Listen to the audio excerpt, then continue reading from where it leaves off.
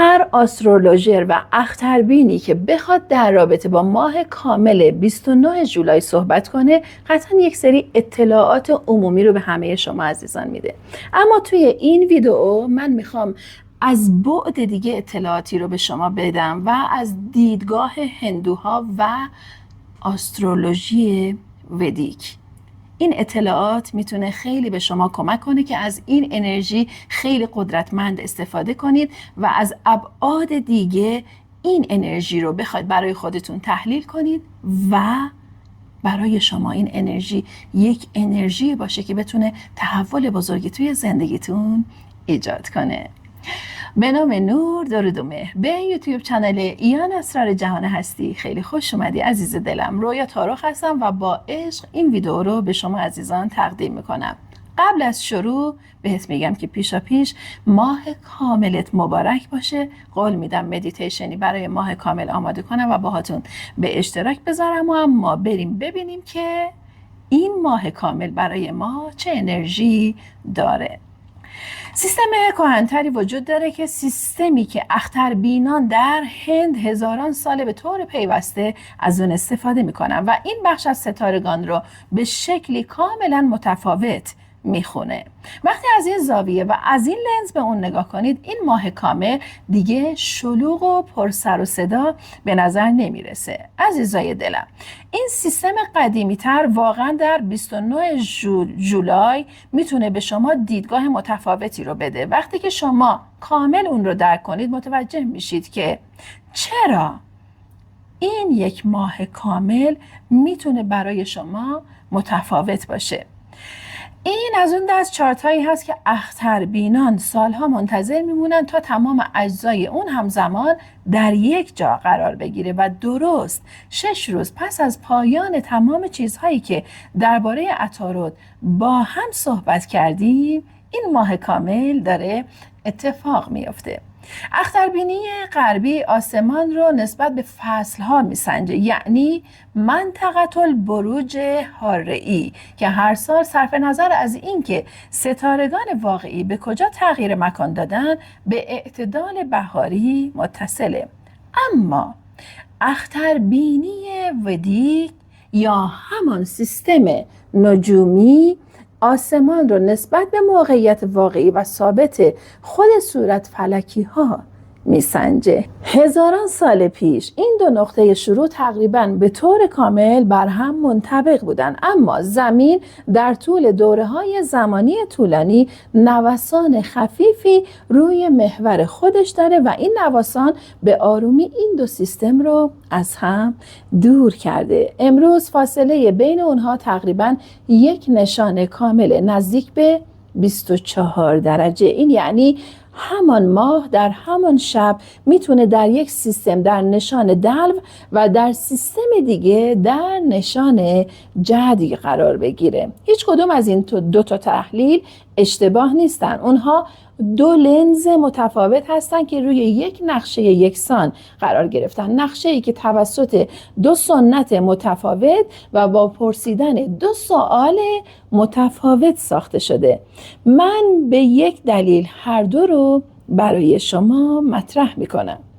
چارت غربی فصلی رو که این ماه در اون شکل میگیره کهن الگو و وضعیت کلی عاطفی رو به شما میگه، اما چارت ودیک چیزی جزئی تر و منصفانه تر بگیم ناگزیر اون رو به شما نشون میده. درجه دقیق، ستاره دقیق و ساختار دقیق سیاراتی که همه چیز رو کنار هم نگه داشتن. یکی به شما حس و حال رو میده و دیگری مکانیسم رو. در چارت ودیک این ماه کامل در جای بسیار دقیقی قرار داره. اقامتگاه قمری یا ناکشاترایی به نام شروانا، ستاره شنیدن. شروانا بخش پایانی نشان جدی رو در بر میگیره و نماد آن یک گوشه. به طور سنتی این ناکشاترا به ویشنو، خدای نگهدارنده هستی و به دانش و خردی گره خورده که دریافت میشه، دست به دست منتقل میشه، به اون گوش داده میشه و هنگام ورود شناخته میشه.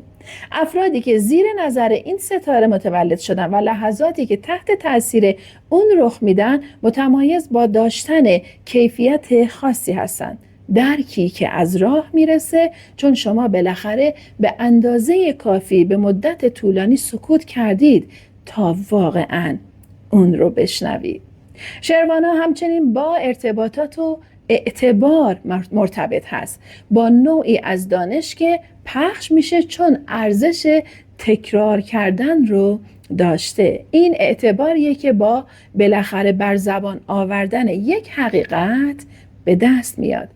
چیزی بیش از حد مناسب درباره ناکشاترا وجود داره که تماماً بر اساس عمل شنیدن ساخته شده و دقیقاً همین الان در این کانال و در این لحظه از داستان ما داره ظاهر میشه، یعنی دقیقاً چیزی رو که شما دارید میشنوید. اگر به خاطر داشته باشید توی یکی از ویدیوهای چند روز پیش باهاتون به اشتراک گذاشتم در رابطه با اتفاقی که برای یوتیوب چنل ایان اسرار جهان هستی اتفاق افتاده بود، گفتم که تقریباً 3 ماه پیش، همون تایمی که توی جنگ بودیم، یوتیوب چنل درگیر حالا یک آسیب شد و توی حالت تعلیق قرار گرفت و درآمدزاییش از بین رفت. خب به هر حال برای من یک شرایط سختی بود و بهتون گفتم توی این لحظه دقیقاً لحظه‌ای بود که تو باید برگردی به خودت و به خلوت خودت و ببینی که چه اتفاقی افتاده و باز مجدد شروع کنی. الانم داریم در مورد همون سکوت و شنوا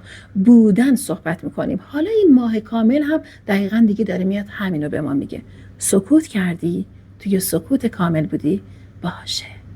حالا گوش کن و بشنو و ببین قرار جهان هستی بهت چی بگه و پاسخ سوالات ذهنت رو دریافت کن. اینجاست که چارت مشخص و جزئی میشه و دقیقاً همین جزئیاته که اختربینی ودیک اعتبار خود رو در دقت بالا به دست میاره. ماه در 29 جولای در درجه 12 نشان جدی قرار داره.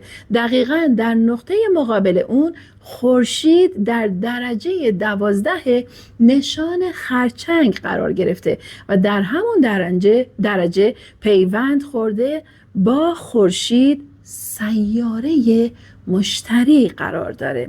وقتی سیاره‌ای اینقدر به خورشید نزدیک میشه، در سنت به اون کاظیمی میگن که توی ویدئوی قبلی مربوط به ماه کامل بهش اشاره کردم، یا در قلب خورشید میگن، چون که اینقدر به خورشید نزدیک شده. این یکی از قدرتمندترین وضعیت‌هایی هست که سیاره میتونه داشته باشه، زیرا به جای اینکه مانند اکثر سیارات در صورت نزدیک شدن بیش از حد تحت تابش شدید خورشید بسوزه و محو بشه، توسط خورشید روشن میشه و تقویت میشه.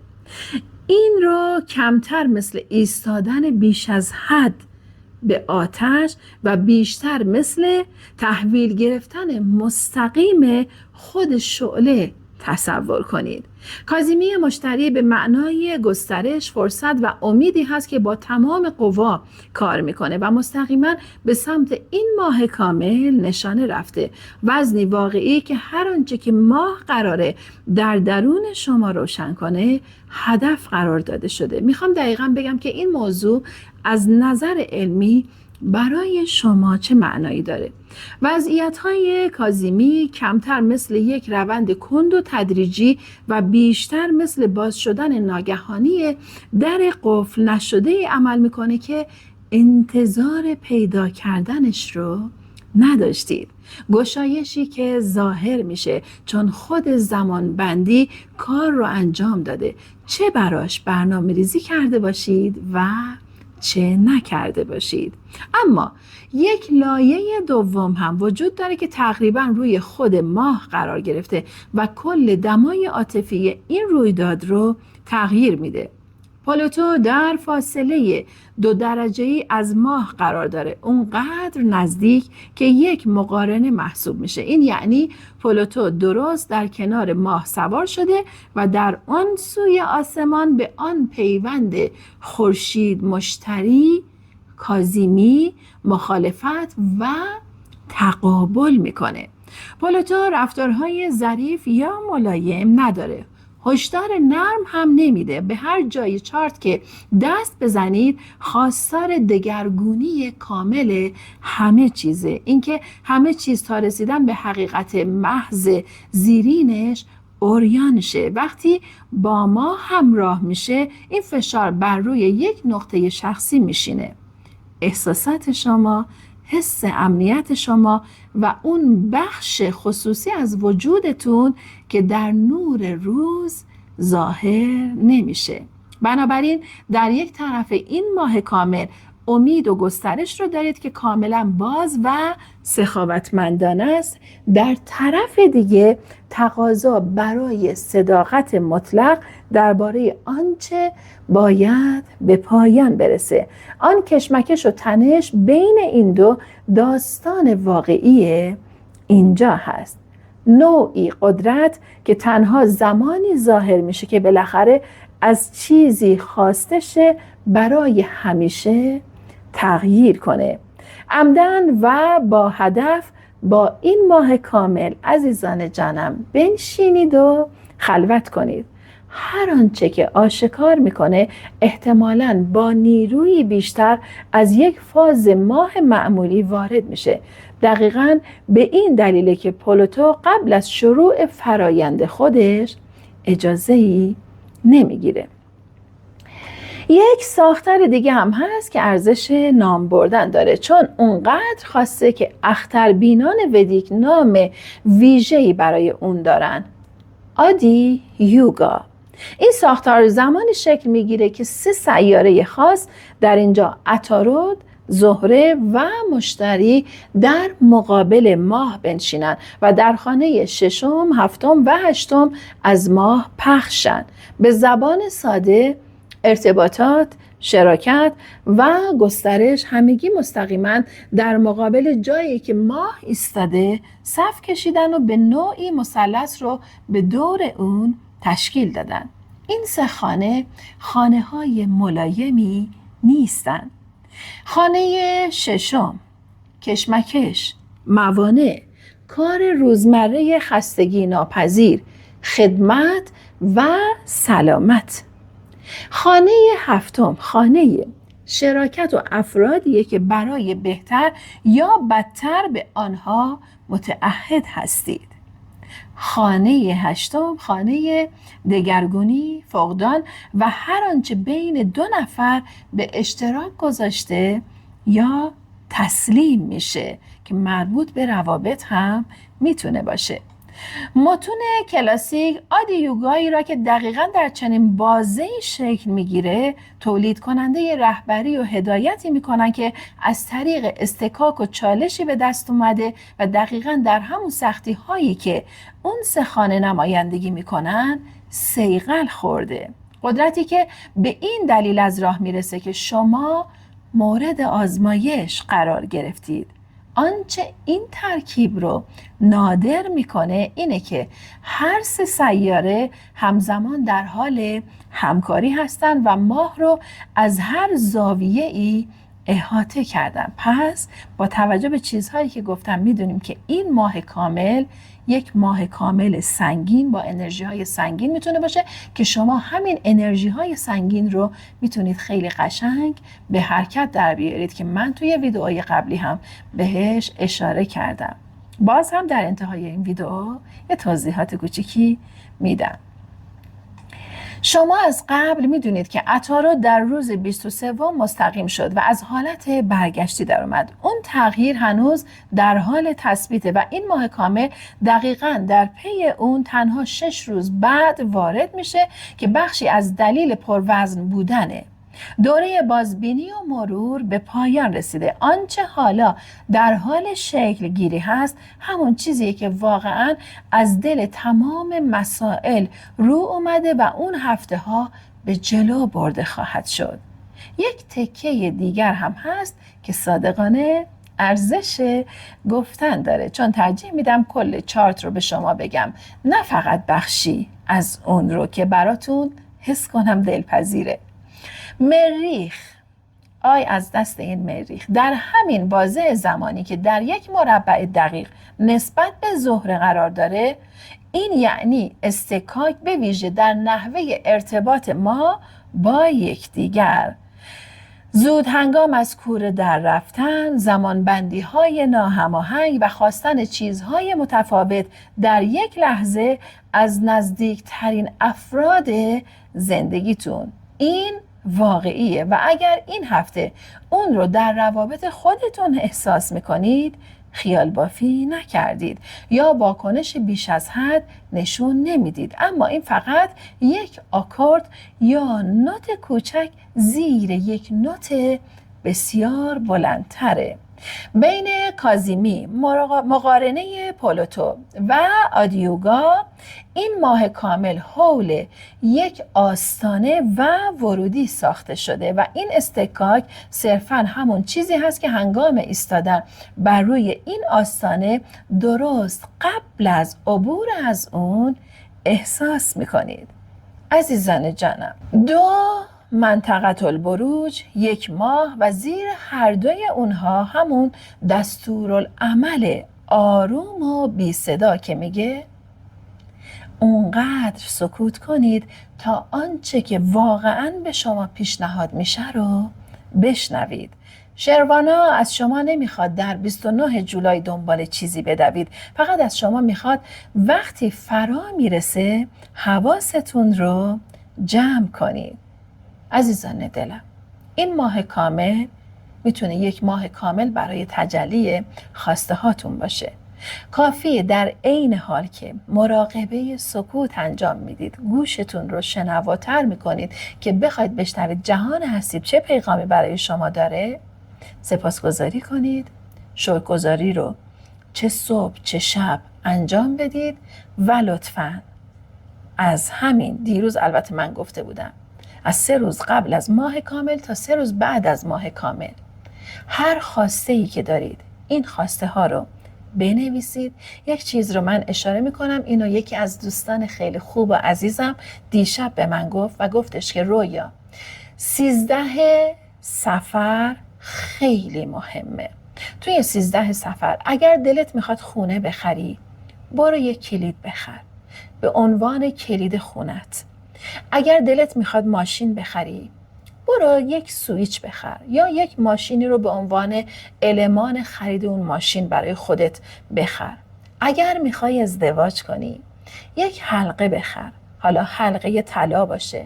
میخوای نقره بخری، اگر باز نمیتونی بخری، میتونی یک حلقه کوچک اسمشو یادم رفت، وای، استیل. حالا بعضیا به بدلیجات حساسیت میدن، خود من یکیش هستم وحشتناک حساسیت میدم. حلقه استیل فرقی نداره، به عنوان نماد ازدواج اینو بخر و امروز اینو توی دستت داشته باش. عزیز دلم، اگر بحث سلامتیت، یک لباس سبز بخر یا هر چیز دیگه ای، بیا دقیقاً اون وسیله‌ای که براش لازمه رو بخر. شکرگزاری رو یادت نره. امروز که 13 صفره و البته فکر کنم این ویدیو شب داره با شما به اشتراک گذاشته میشه. اگر حتی مثلا یک سری چیزها رو نمیتونید همون لحظه برید بخرید، لطفاً اون چیزی رو که تو خونه داری به عنوان نمادش نگهش دار برای خودت. پولی رو میتونی کنار بذاری به عنوان ثروت مالی و هر چیز دیگه، یا آرزوهای قلبیت رو هم توی دفترت بنویس. جالبه که همین 13 صفر، فردا هم که ماه کامله، اینا نزدیک به هم هستن. اینا هم قدرت انرژی هاست که داره به شما میگه شما میتونید از هر انرژی به نفع خودتون استفاده کنید. خواسته هاتون رو بنویسید جوری که انگار اتفاق افتاده و با تمام وجود از جهان هستی و خدای مهربون تشکر و سپاسگزاری کنید. اینو هم آخرش با هم بگیم. متاسفم، منو ببخش، ازت ممنونم، دوست دارم. باشد که جهان پاکسازی شود و نور و عشق در تمام جهان جاری باشد. عزیزان جانم، هر نظری، هر احساسی داری بنویس. هر انرژی که بهش اشاره کردم تجربه کردی، حتما بنویس، با من و دوستانت به اشتراک بذار. در نهایت با قلبم و با عشق باز میگم که ماه کاملت مبارک و خیلی دوستت دارم. یا حق، خدا نگهدار.